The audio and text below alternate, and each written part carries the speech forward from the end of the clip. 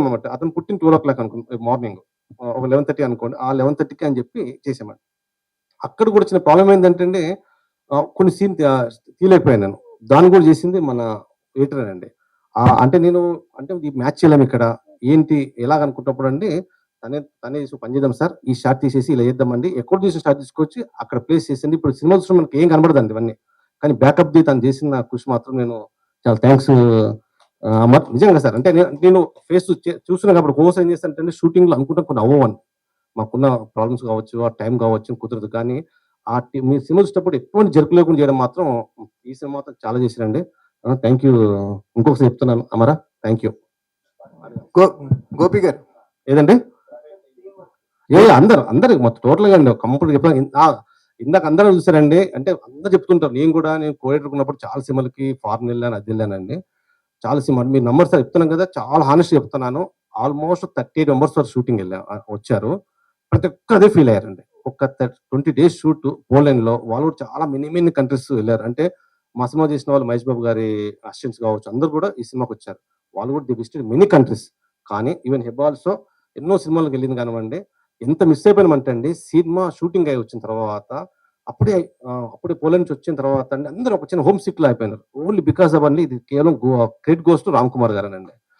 ఎందుకంటే అండి ఎంత అందరం ఒకే చోట ఉన్నాం. మొన్న చెప్పారు దాంట్లో. అందరం ఒకే చోట ఉండి షూటింగ్ అయిపోగానే అందరూ పలకరించుకోవడాలు, మాట్లాడుకోవడాలు, సరదాగా కలిసి భోంచేయడాలు. ఒకే డైనింగ్ టేబుల్ అండి. పెద్ద డైనింగ్ టేబుల్. అంటే లక్కీగా మాకు మంచి హోటల్ దొరికింది. అందరం కలిసి భోంచేయడాలు. అక్కడ ఎవరు డైరెక్టర్, ప్రొడ్యూసర్ వీళ్ళకి ఏం తేడా లేకుండా అందరికి మధ్యలో ఎవరు మన ఇప్పుడు రమ్య గారండి. హీరో గారు మదర్ గారు ఆవిడ దగ్గర వడ్డించడాలు. తర్వాత రామ్ కుమార్ గారు. సో అందరండి ఒక ఫ్యామిలీ ఫీల్ అయిపోయారు. మీరు నమ్మరండి ఒక్కరంటే ఒక్కరు కంప్లెయింట్ చేయలేదు షూటింగ్. ఒక్కోసారి మేము నైట్ 10:30 చేసాం. భయంకరంగా చలి. బయట ఔట్‌డోర్ చేయాలి.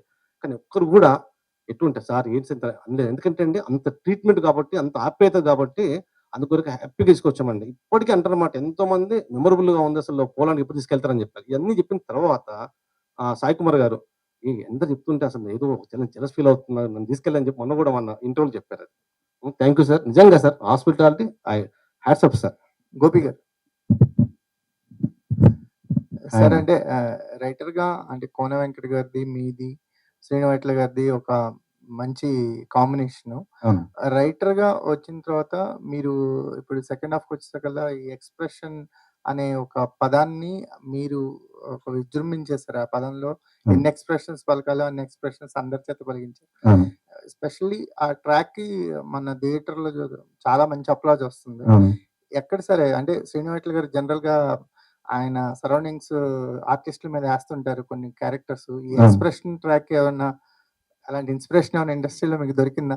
లేదండి. అంటే అదే ఇందాక చెప్పినట్టుగా మన అడిగారు.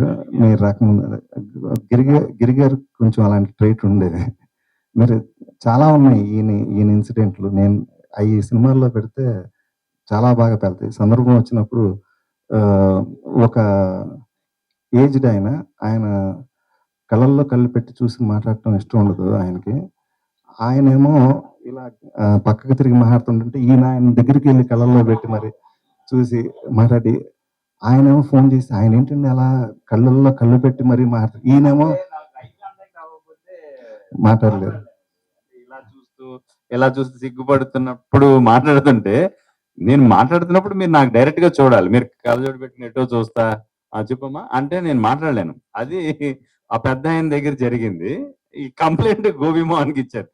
నీ ఫ్రెండ్ ఏంటే కళ్ళల్లో కళ్ళు పెట్టి చూస్తాడు. కళ్ళల్లో కళ్ళు పెట్టి చూస్తానికి అమ్మాయా ఏంటండి బాబు ఆయన సిగ్గుపడడానికి ఏముంది అని నేను తర్వాత నిన్నాడు చెప్పారు. అంటే ఎవరన్నా డల్ గా ఉన్నారు. ఏంటి నీ ఎక్స్ప్రెషన్ అంత డల్ గా ఉంది, ఏమైనా ప్రాబ్లమా అంటే ఏమి లేదు. కొద్దిగా నాకు అనిపిస్తుంది నువ్వు ఇంకా కొద్దిగా డల్ గా ఉన్నావు అంటా ఉంటాను నేను. ఏంటి వాళ్ళు మంచి జోష్ గా ఉన్నావు అంటే మెయిన్ లూప్ వేస్తాడండి. అక్కడతో వదలడు. అదే లూప్ ఏదో ఒకటి. మీ ఫైటింగ్స్ కూడా విజిల్స్ పడుతున్నాయి. థ్యాంక్ యూ అండి. Thank you so much. ఎప్పటి నుంచి దాచుకున్న ఫ్రస్ట్రేషన్ మొత్తం కనిపించింది. ఫ్రస్ట్రేషన్ ఏం లేదండి. దేవుడి దయ వల్ల ఇండస్ట్రీకి వచ్చినప్పటి నుంచి ఏదో ఒకటి జరుగుతుంది.